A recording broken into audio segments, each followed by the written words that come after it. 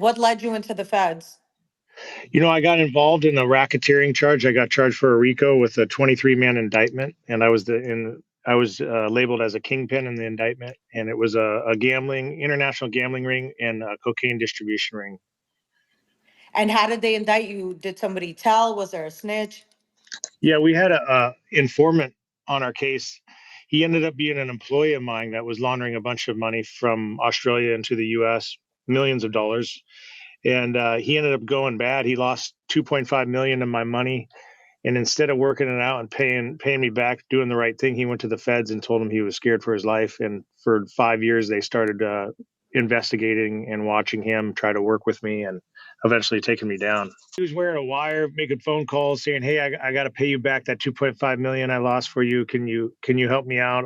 I'll launder some more money for you. Just give me an opportunity. I'm going to pay you back. I'm going to do the right thing." Did you suspect at all that they were an informant or not?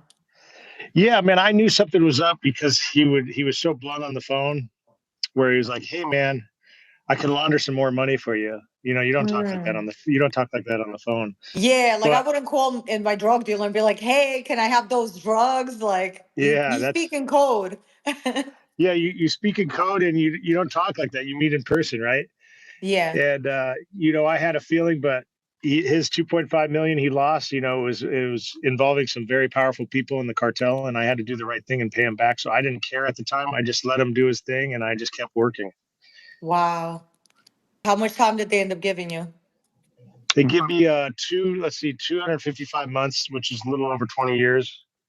And I got blessed. I was in prison, doing the first step back under President Trump, and I ended up going to get my master's degree, and ended up writing this book, The California Kid, working on a docuseries with Mark Wahlberg's company.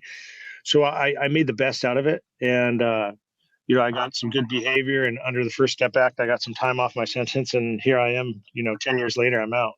Tell me about the book.